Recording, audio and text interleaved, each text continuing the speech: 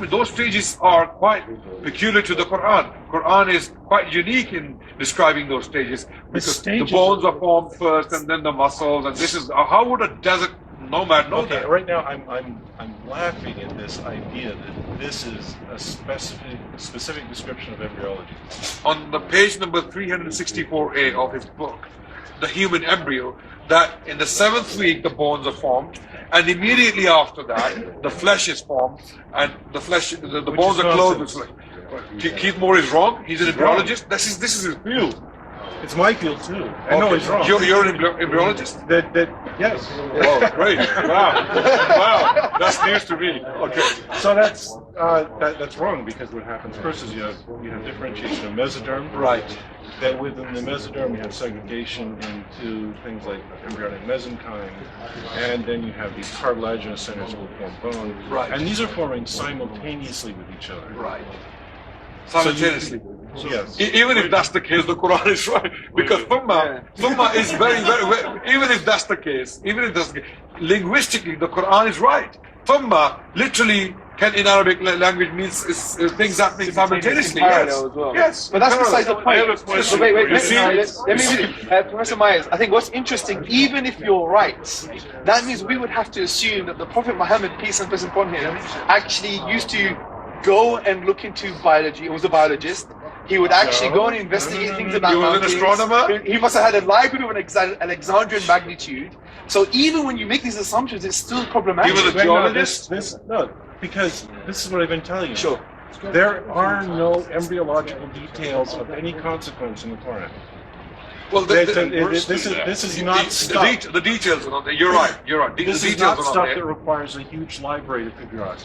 This requires a passing acquaintance with general knowledge about the primitive state of biology at the time. That's a fair point. Are you willing to accept now that Muhammad possibly had general knowledge about astronomy, hieroglyphics? He had knowledge of, for example, geology. Yep. Is great. No, I've been saying quite the opposite. I'm saying that he's a man of his times, that he was part of a culture, Right. that the Arabs of that time were not quite as primitive and dogmatic and ignorant as you seem. Well, it depends what books you're reading, sir. Because this is my. I'm saying they have. I'm a historian from the University of London, and I'll refer you to the books of Irfan Shahid, who's an authority in this field, pre-Islamic Arabia, and he states that Arabs at the time were a primitive society. Yes. And now you're saying yes.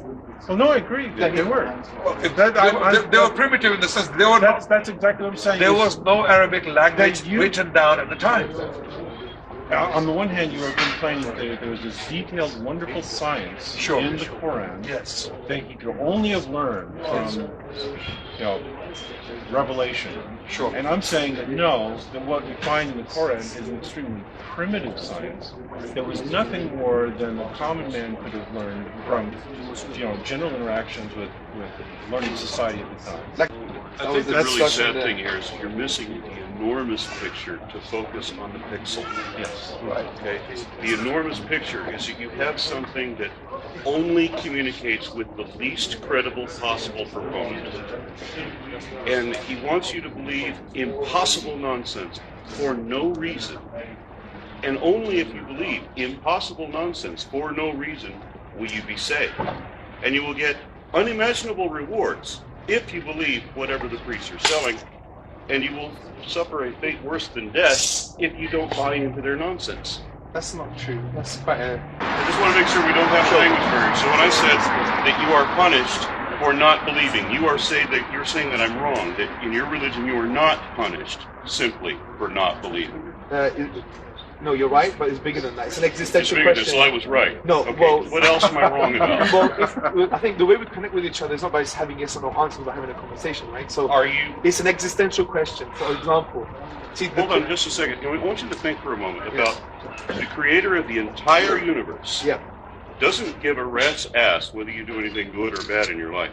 All that matters, the sole criteria, is that you are gullible enough to follow the story of the least credible illiterate proponent you can follow. That's the sole criteria, and that's all. No, that's not true. Okay, There's if two that's things. not it, Can I then an explain to you? unbeliever could be saved. An unbeliever would not go to Yeah, hell. that's true. If all unbelievers go to hell, then the sole criteria is gullibility. Let me give you an example. First and foremost, what we say is that the Quran says we do not punish anyone until they have given the message. And there is another concept in the Quran called Dalil Burhan, which means conclusive evidence that you require as to be conclusive. Now, the second thing is because the message is good for you. That's why. And we've seen that in history. So no, Thank you. well, maybe no. The Quran, so far as I know, in denying evolution, denies itself. And you are telling me that what I have to instead adopt, It doesn't deny all principles. The Quran doesn't talk about evolution. So- regardless, what you're telling me, it talks about Adam and Eve and all of this, and the great flood that we know didn't happen and all of that. But apart from all that, you're asking me to accept this uber galactic super being. Well, the Quran doesn't talk about the great flood either. Okay. Okay. Just to clarify, the important point is you're asking me to accept this uber galactic super being, of which we have no evidence at all, from a system of religion which has so far only produced failure in every predictable sense. And you want me to believe that this thing will punish me simply for not believing, and it wants me to believe the least credible people and the most improbable stories, and I'll be punished if I don't. How is that not a criteria of gullibility? But there's two assumptions here. First, Thomas said there's this galactic being that doesn't exist. I would deny that. I think there's very good reasons to believe that a divine exists. I could articulate them. I would love to You see can the read this book. You'll discover it's bullshit all the way through. Professor Myers,